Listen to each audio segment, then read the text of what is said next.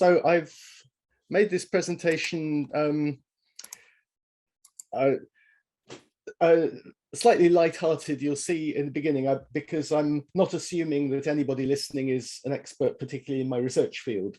I think it's the high-performance computing that unites us. But I want to tell you what I want to do, what I'm working on. And I don't want to focus on my best results and the best known stuff we've done so much as why we're doing what we do, how we do it, what it is.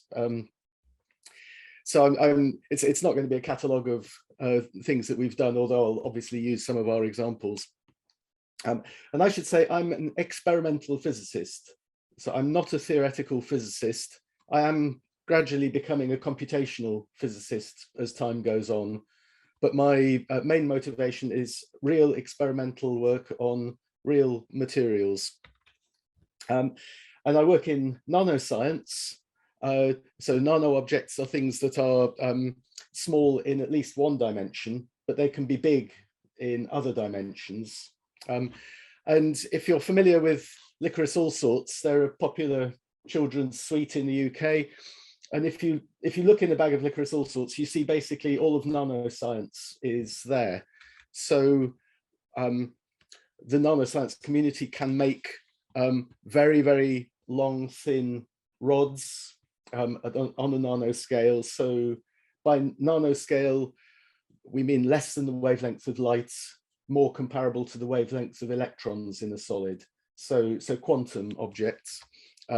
You can make tubes of, for instance, carbon atoms, and these tubes can be filled with other materials or other tubes.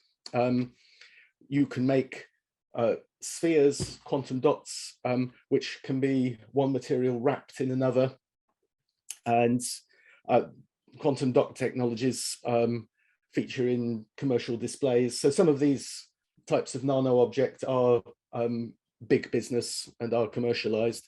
You can even make the little men that appear in these sweets. This is a very virtuoso performance, but this is an animation movie of a boy playing football made out of individual atoms. I recommend Googling, if you want to see this video, Google a boy and his atom. It's amazing. It took a very long time to make as well. Okay, that's just fun.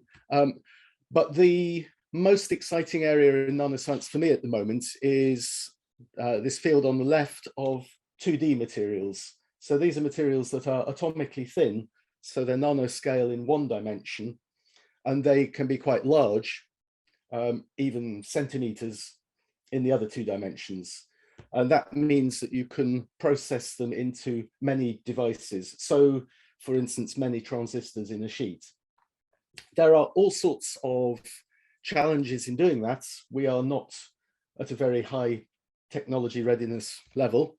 But this picture, which is a very famous picture from a paper by Geim and Grigoriev. Geim was awarded the Nobel Prize in 2010 for the isolation of graphene.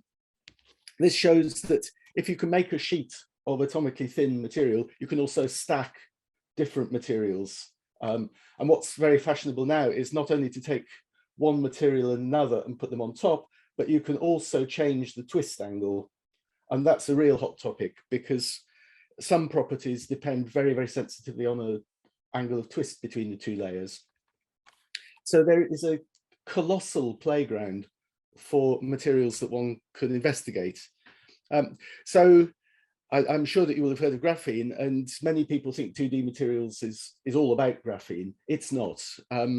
For a start, if you look at 2D materials formed by other elements, this is black phosphorus, and you can see that it's not truly two-dimensional, and none of these materials are. Of course, they exist in the 3D world.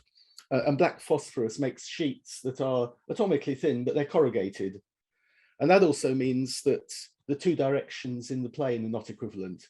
So this is really quite a complicated material. X is not the same as Y, is not the same as Z. So you can imagine if you put two layers of this on top of each other and twist, they're going to know very much what the angle between the two different X's in the two layers is. And there are many more. So even in the 60s, 70s, people knew that you could make atomically thin sheets of materials like molybdenum disulfide. Like graphite, it's very slippery, so it's a lubricant. It's been used for a century as an industrial lubricant, but it can do much more than that. And the whole of the transition block, more or less, can be combined with group 6 elements to make a lot more layered compounds. There are about 40 that are known, a dozen or so that exist in nature, the rest are artificial. And by high throughput computational screening, you can propose new materials, particularly if you go to compounds of 3 elements. So this is big business at the moment. There are thousands of 2-dimensional layered materials that exist on computer only, and we do know how to make some of those. So the excitement in these materials comes partly because I think perhaps I should go back to this slide and just emphasize some of these materials are electrical insulators. That's good if you want to make a capacitor or a memory element. Some are semiconductors, so that's good if you want to make an active electronic device. And quite a large number of them are superconductors. That's interesting if you want to make a quantum interference device where you put dissimilar superconductors together. Moving on then, these materials hold promises for new types of quantum device as well as conventional electronics. But people can see routes to addressing basically all of the current UK funding priorities. I talk about UK funding because these priorities are very well expressed by our funding bodies, but then not terribly dissimilar to Horizon Europe either. So 2D materials are promising for low power electronics. So getting away from the limitations of mobility in silicon, for energy harvesting through photocatalysis, so green hydrogen, for example, photovoltaics, or even just through piezoelectric effects and motions. So because these materials are thin, they're flexible. So you can make electronics which can bend. And that means you can integrate it into clothing, and you can make electronics which powers itself as things move. I've even seen proposals, for instance, for pacemakers, which derive their energy from the heart muscle. So it's the heart pumping which produces the electricity to power the pacemaker. That means that it never needs to have a battery replaced. So there are all sorts of exciting ideas coming out. A colleague of mine has a spin-out company developing a wearable diagnostics based on 2D materials. So something like a nicotine patch, but it can diagnose the chemistry of the body through basically through the sweat, which is linked to what's going on in the circulation system. I could go on for a long time, but you get the idea that these materials have not delivered most of these things yet. Some are at the stage of spin-out companies, but mainly we are trying to find out what materials are out there. What could we make? What would we want to make of the thousands of possible things we could make, which are going to be interesting? So I'll say a little bit about how we collect data, because that's my motivation for doing the computational work. So the computational work partly enables the search for these materials, but it also enables us to understand data on materials when we take the trouble to make one. So we work at the moment a lot at synchrotrons. So this is Diamond in the UK, Electra in Trieste in Italy, and Soleil, which is in Paris, just outside Paris. And in all of these systems, electrons are spun around in a circle, they're caused to wiggle a little bit, and they generate very, very intense X-ray beams. The X-ray beams are processed by a whole bunch of very sophisticated and expensive instrumentation, and in the end, focused onto our tiny nanoscale sample, where when the X-ray comes in, if we go to this picture here, we can kick electrons out of the electronic states in the material. The electrons emerge into the vacuum around the sample and are collected by a detector. We can measure their energy and momentum. From those, we know what the electron was doing before we kicked it out. So this enables us basically to look inside the material at the quantum states of the electrons in the material. So I apologize to any experts in this field. I'm trying not to get into too much detail. And you can divide the electron states in the material roughly into two groups. There are states that are very deep lying in energy, that are basically still characteristic of the atom they belong to. And then there are much higher energy states. These are the ones that participate in making the material a semiconductor or an insulator or a superconductor. And these states are not so characteristic of the original parent atoms. They're determined really by the symmetry in the crystal structure. We can access both of these types of quantum states, and they're both useful. So just to talk a little bit about one bit of work I've been involved in recently, this is a top view of a layered material in which the atoms spontaneously, instead of sitting in a hexagonal chicken wire lattice, they group into stars. So to make that a little bit easier, if I just extract the blue atoms, you can see we've got this star-shaped cluster, and this repeats regularly. So we have an atom sitting at the center, we have a ring of 6 around that, and then we have 6 points or tips of the star. This is linked to very unusual electronic behavior, which sits somewhere between superconductivity and metallic behavior. So this is very topical because it's possibly able to give us an insight into more about how superconductors work. And there are still unanswered questions in superconductivity, so this is quite important.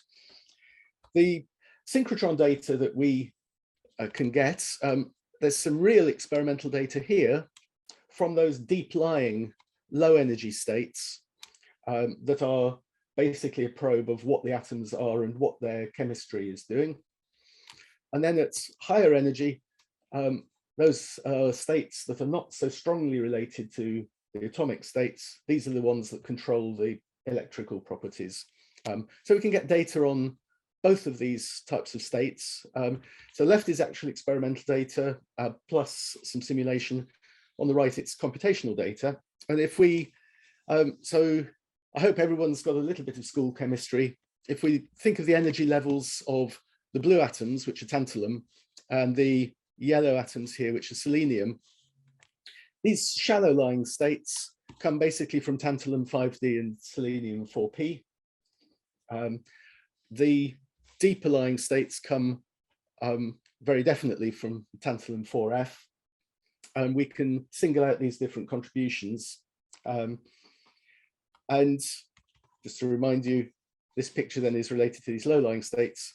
This picture is related to these deep-lying states. So these are quite different aspects of the material, but all answerable at a synchrotron beamline. Synchrotrons are extremely expensive international resources, and it's very competitive to get time to use them. So the data that you get is intrinsically very valuable. It also maybe takes a year preparing the samples, making sure you've made the right stuff, doing all the in-house experiments to check that your material is good. Before you get permission to take it to a synchrotron, you have to take the best material you can to a facility like that.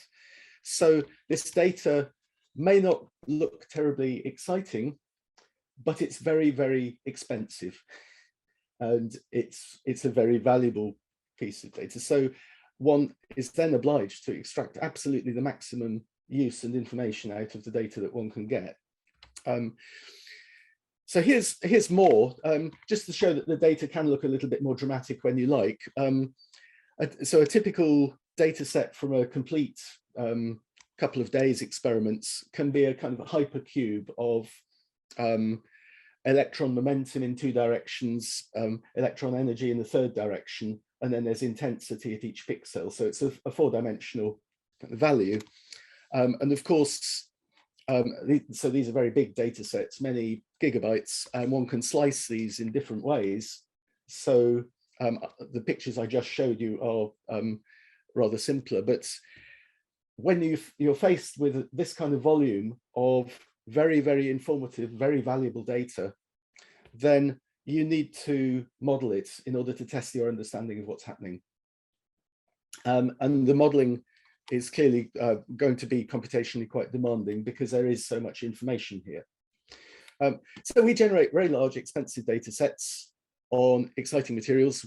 We're obliged to do the best we can to understand them, and we need to work fast because this is a competitive field, and because there's a cycle of applying for synchrotron beam time, and when you apply, you want to be able to demonstrate that you've made some progress from the last visit.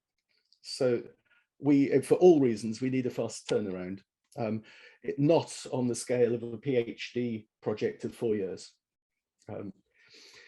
It's appropriate to do some of the computational modeling in an experimental group, and that's the role of HPC for me, is that because of this fast turnaround and because I enjoy it, I don't simply want to hand this problem to a collaborator in a theoretical group somewhere else and wait for them.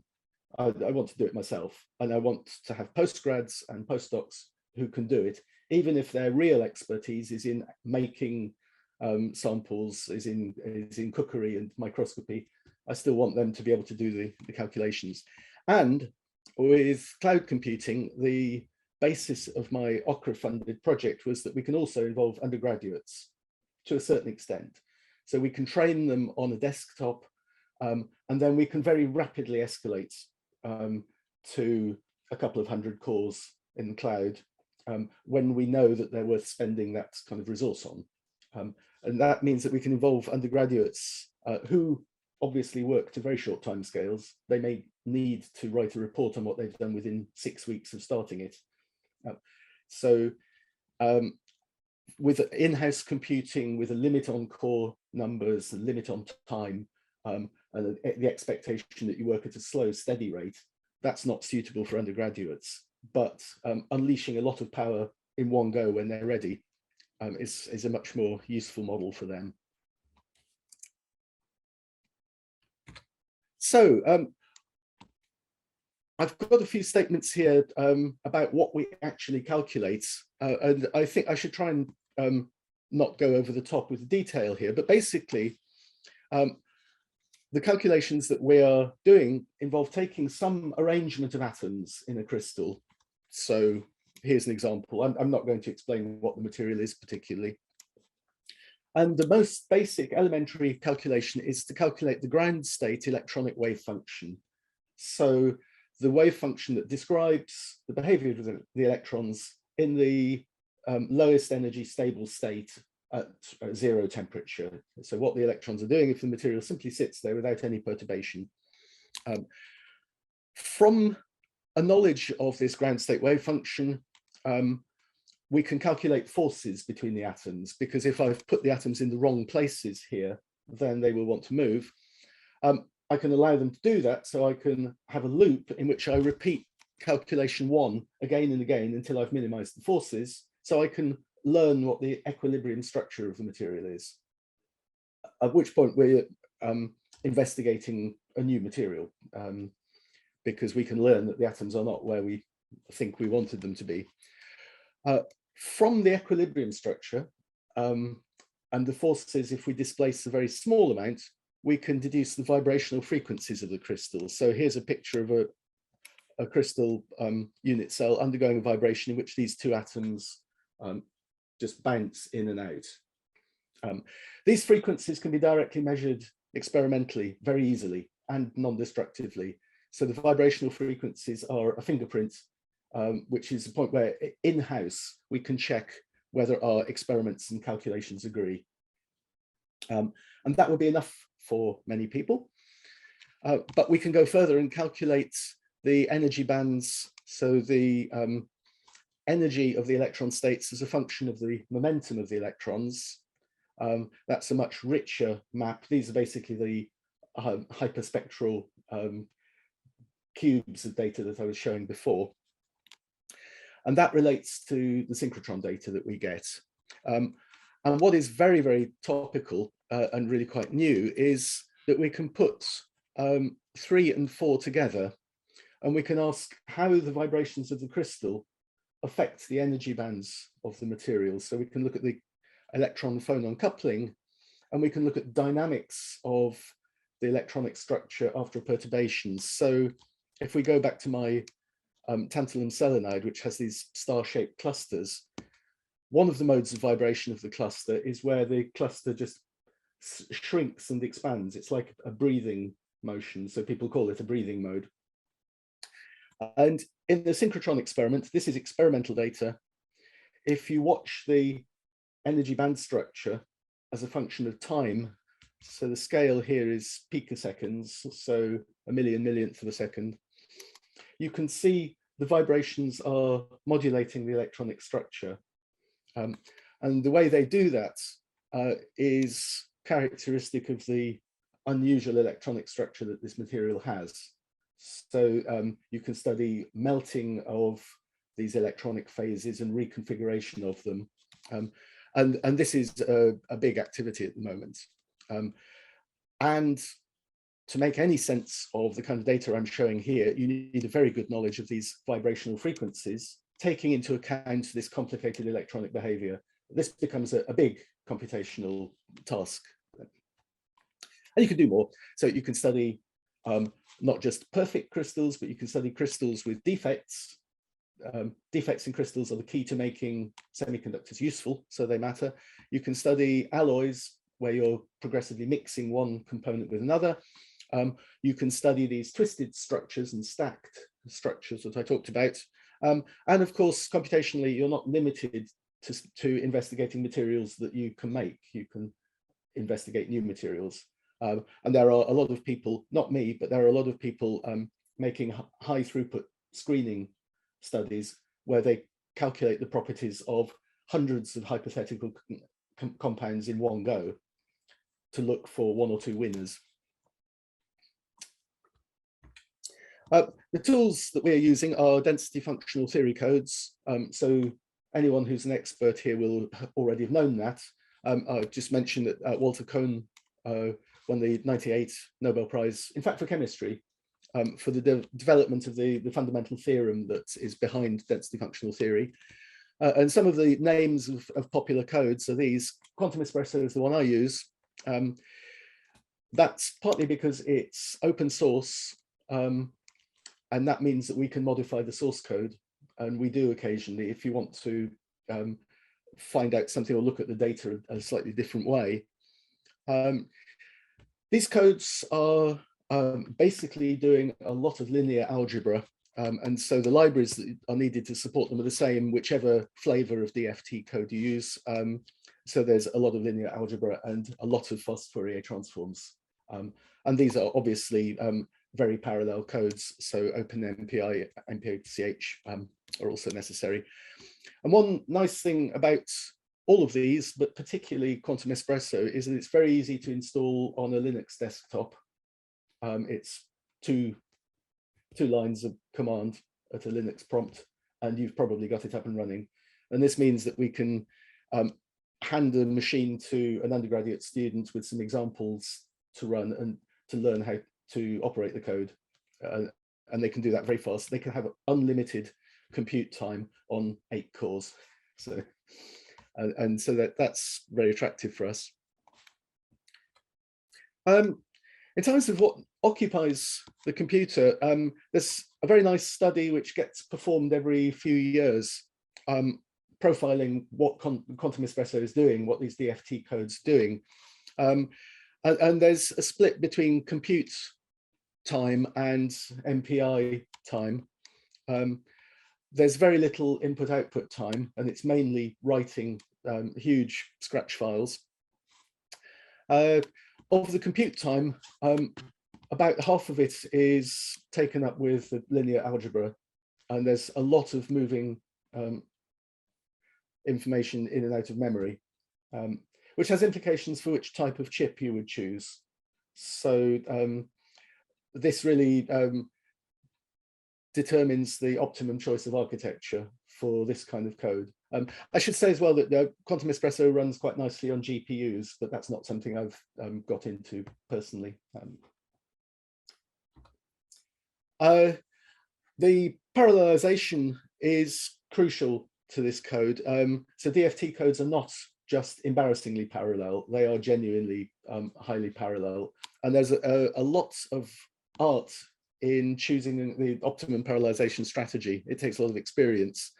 And this is one thing that I've found very, very useful with cloud computing, is that going beyond our on-site computing facilities with a fixed maximum number of cores, I can run very short calculations on very large numbers of cores and look at the scaling and the optimum use for a given number of cores.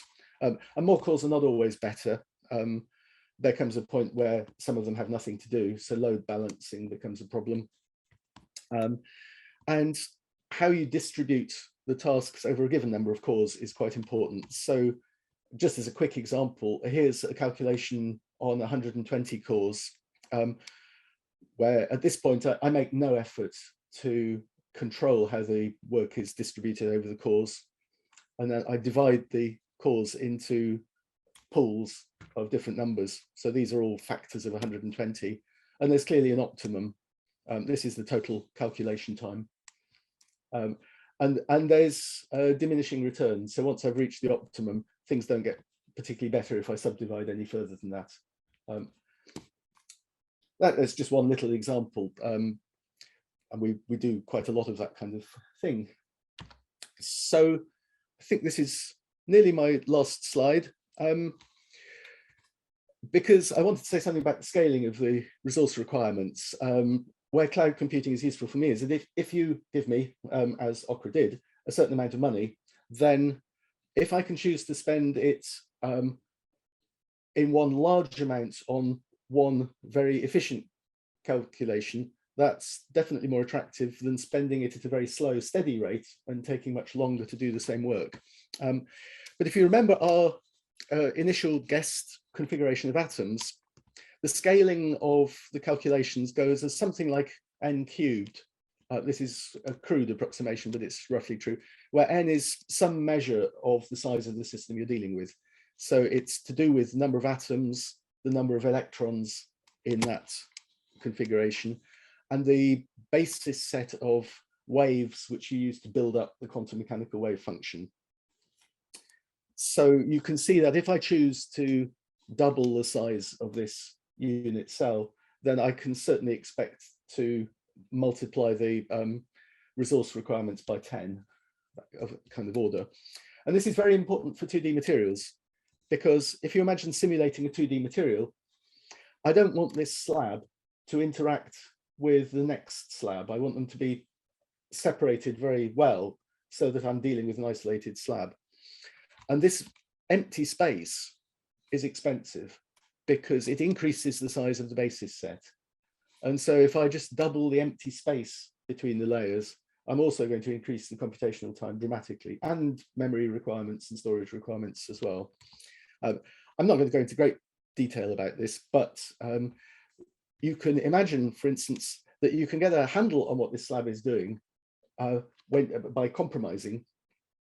But when you want to produce a publication quality result that you're absolutely confident in, you have to then unleash a lot more power for a very well-guided calculation, which you know is going to succeed, where you increase this vacuum space significantly to prove to the most skeptical referee that you don't have an interaction that you shouldn't have. And I think with that, I'll just return to this slide, which I already showed you, because I think these bullet points summarize everything that I've been trying to say. So thanks very much for your attention. I hope that was interesting, and I hope it was not too superficial.